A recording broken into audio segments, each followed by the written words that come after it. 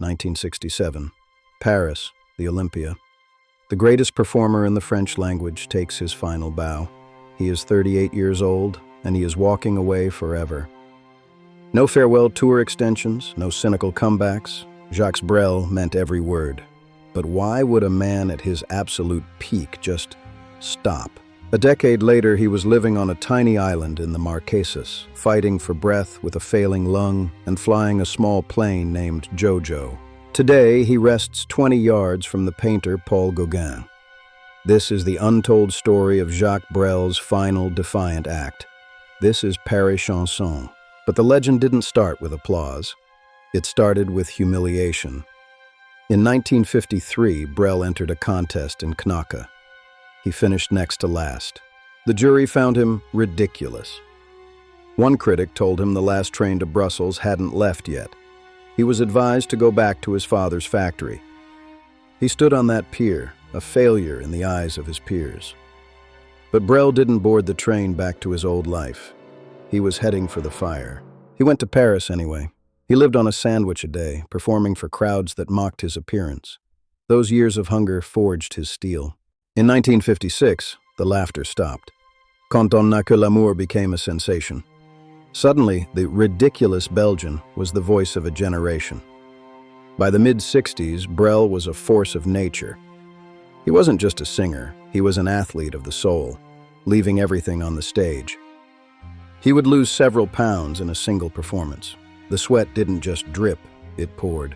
He was a man possessed by his own poetry. The physical toll was immense. He performed with such violence that he often fainted after leaving the stage.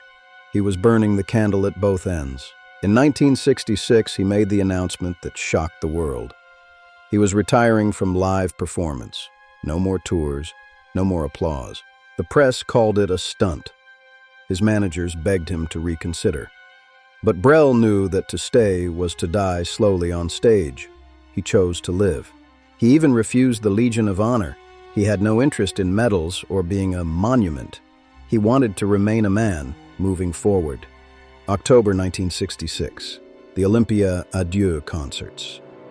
The air in Paris was heavy with a grief normally reserved for the death of a king. For 15 songs, he gave them his life. Amsterdam, Mathilde, Ces gens-là. The intensity was so high that people in the front row were visibly shaking. When the final note faded, the applause lasted for over 30 minutes. The curtain opened and closed, but Brel never gave an encore. Not one. His final show was May 16, 1967. And then the silence. The greatest voice in France simply vanished from the public eye. He spent his new freedom writing. He was an architect of words, discarding hundreds of lines to find the one that bled. Every song was a surgery. Brel had always called his boat his cathedral. It was the only place where the applause couldn't reach him. He began to plan a final escape. In 1974, he found her, the Ascoy II, a 19-meter steel yawl, a 40-ton beast built for the heavy seas he craved. July 1974. He set sail from Antwerp with his companion, Madly Bamy. He wasn't just sailing away from France, he was sailing away from himself. The voyage was plagued by tension. Between his daughter France and Madly Bamy, the close quarters of the steel hull became a pressure cooker. In Martinique, the breaking point came. France Brel was ousted from the ship. Jacques and Madly would complete the crossing alone. Madly Bamy, an actress he met on a film set, became his constant partner. She was the one who saw the man behind the legend. The Atlantic was a brutal teacher. The 40-ton yawl was difficult to handle, and Brel was often pushed to his physical limits. He found peace in the math of navigation. The stars and the compass were honest. They didn't care about his fame or his failing health, but the journey was shadowed by death. In the Canary Islands, the chest pains became a diagnosis. Advanced lung cancer. Terminal. He returned to Brussels for surgery. They removed part of his lung. The doctors told him his sailing days were over. They were wrong. Weeks later, he was back on the boat. He spent the crossing in a bathrobe, often coughing, but always with his hand on the helm. Late 1974, they cleared the Panama Canal. Brel bypassed the typical tourist stops. He was heading for the deepest isolation he could find. The Pacific was a trial of stoic endurance. Brel was navigating by the stars, fighting a battle with his own breath as he chased the sunset. November 1975. They reached Nuku Hiva, but the reception was too pompous for Brel. He didn't want the red carpet, he wanted the dirt.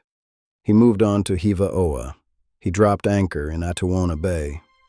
He had found his Eden, a place where the mountains hit the sea like a wall. When the locals asked what he did, he told them he was a pilot. They said everyone sang, so what else could he do? He leaned into his new identity. He decided to stay for good when a postal worker asked for his ID. He realized that here he was just another resident. The star was dead. The man was alive. He built a modest house overlooking Atuona. Casa de Brel, a place of simple routine, bread, books, and the silence of the island.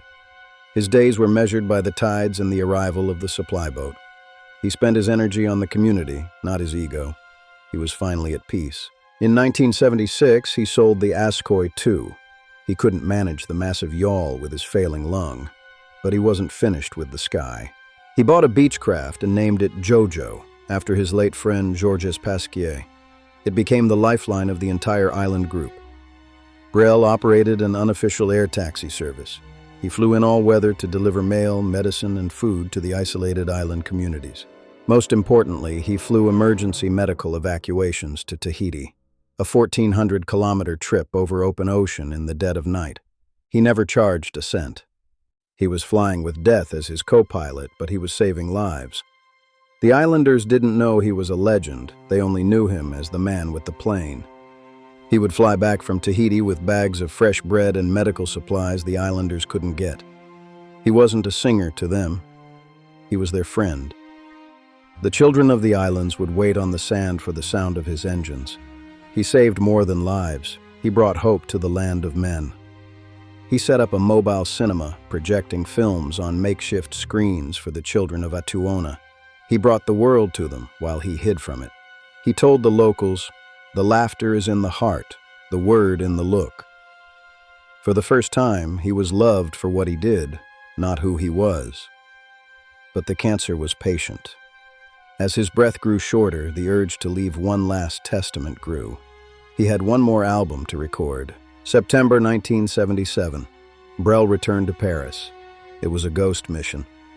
He registered at the hospital under an assumed name to avoid the paparazzi. He went into Studio Barclay.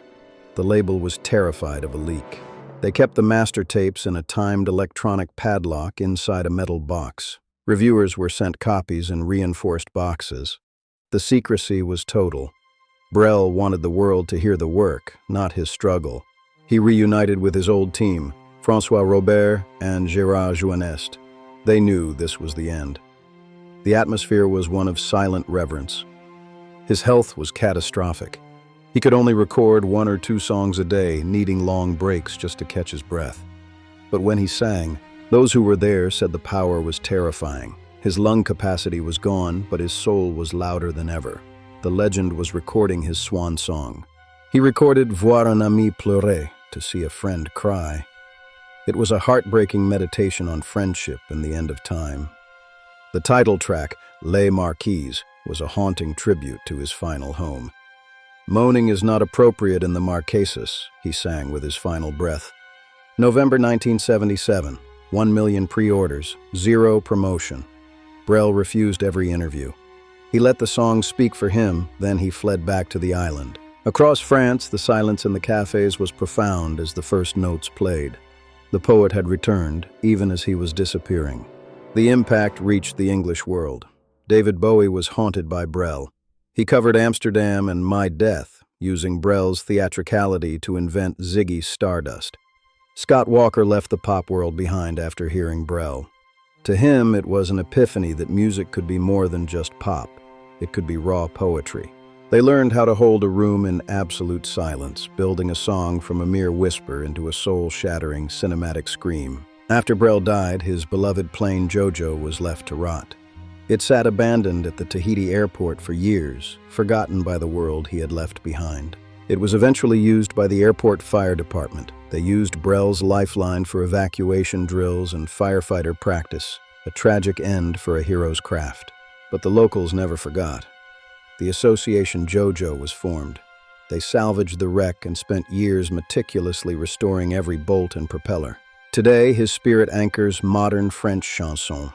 Festivals in Vesoul continue his legacy, serving as a springboard for a new generation of visceral poets. Artists like Stromae carry the torch of his theatricality. Brel remains the third best-selling Belgian artist, but to the islanders, he was just their pilot. His last words were a plea for peace. "If you really love me, shut up. Don't talk about me anymore."